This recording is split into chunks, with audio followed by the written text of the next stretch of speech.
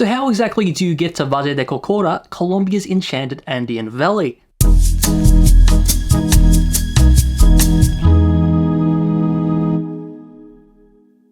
Hi all, I'm Ezrado and you're watching my travel channel where I talk all things Colombia. Towards the end of last year, I did a video about how to get to Lake Guatavita, and I figured I could turn that idea into a series of how to get to places around Colombia.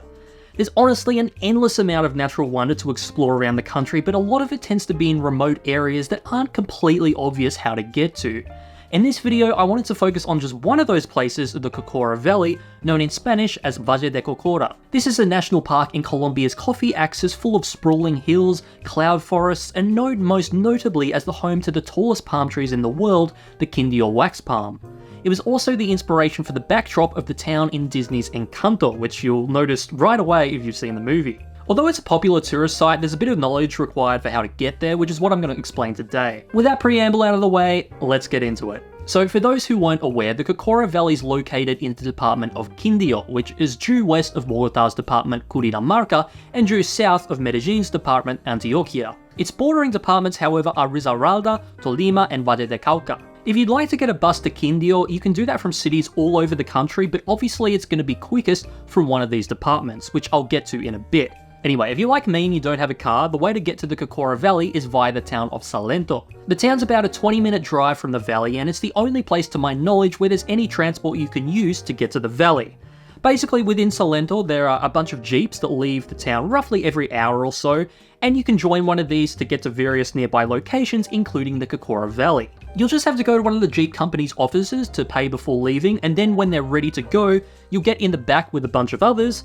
And I do mean a bunch, because these guys really like to fit as many people in their Jeeps as humanly possible, so as to maximize profits, I guess. Now, I should say that if you don't mind spending more money, there is a way to get a private Jeep service along with a tour guide. The first time I went to the valley, I actually booked a private tour via the website Get My Guide, and with this, I got a private Jeep service both to and from the valley, along with a tour guide, as I said. And so if you're looking for a more personalized experience, this could be an ideal option for you. Alright, so that's how you get from Salento to the Cocora Valley, but how exactly do you get to Salento? Well, as you might guess, Salento is also located in the department of Quindío and is typically accessed via buses that depart from the nearby cities.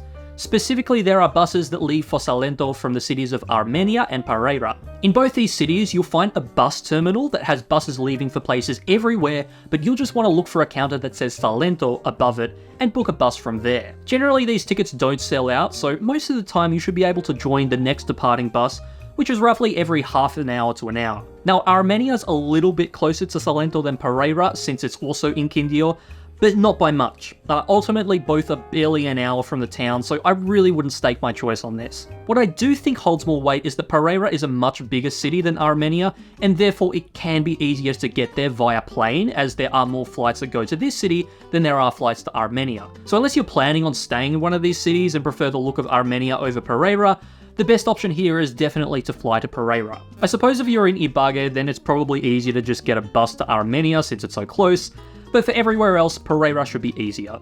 Now, it should be noted that Colombia is notorious for not having direct flights between cities. Most cities' airports only have flights that go to Medellin and Bogotá, and then from Medellin or Bogotá, you get a flight to the city you want to go to. So this is unfortunately the case with Pereira and Armenia.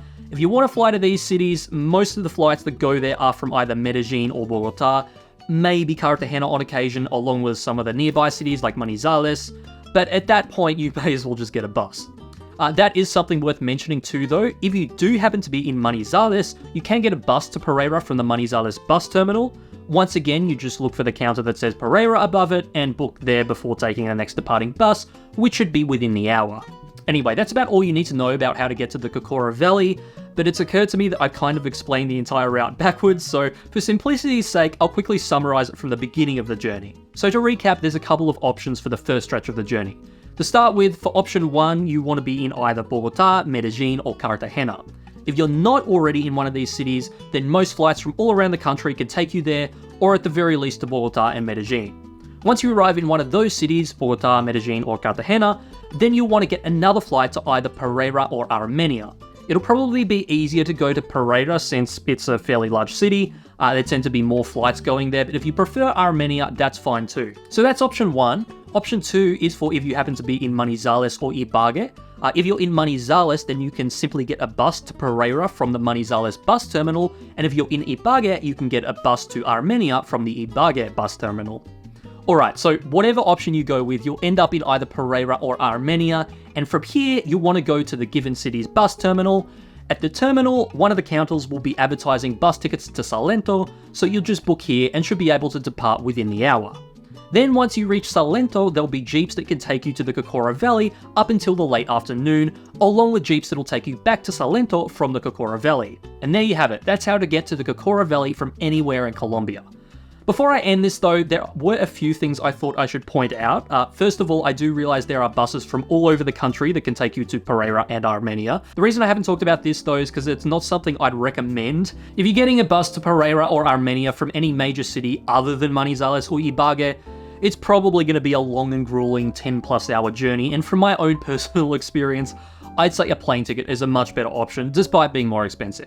Second thing I wanted to mention is that there's actually another town I'd recommend visiting besides Salento that's also not far from the Cocora Valley, and that is Filandia, which can also be reached via the Pereira or Armenia bus terminals. Now, although I've heard online that it may be possible to get a bus directly from Filandia to the Cocora Valley, this is not something I've had luck with personally. However, what you can do is get a bus from Filandia to Salento via one of the town's jeeps, and then get another jeep from Salento to Cocora Valley, as I described before. Filandia is very similar to Salento, both are very colourful colonial-style villages which are absolutely worth seeing, but if you're torn on which one to visit, then I actually did another video where I compare the two, and you can check that out here or via the link in the description. As said though, if you choose Filandia, then you'll need to get a jeep from there to Salento before getting another jeep to the Cocora Valley, and once you've seen it, you could also get jeeps from Salento back to Filandia, which brings me to my final point for this video.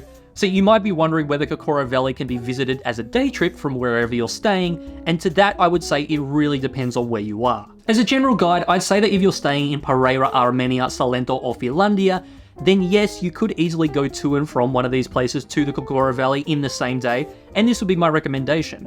If you're in Manizales or Ibague, you might technically be able to go and come back to these cities on the same day if you left really early in the morning, but you're not going to have as much time to check out Filandia or Salento, so personally, I wouldn't recommend this. Then of course, if you're in any other major city, doing this all in a single day isn't really doable, so yeah, as I said, staying a couple of nights in Pereira, Armenia, Salento or Filandia would be my recommendation. Anyway, I think that covers just about everything, but if you have any questions, feel free to leave them in the comments below. As always, you're always welcome to leave a suggestion for a future video topic, and I'll definitely consider it. Otherwise, feel free to like, subscribe, bell, and I'll see you in the next one. Ciao!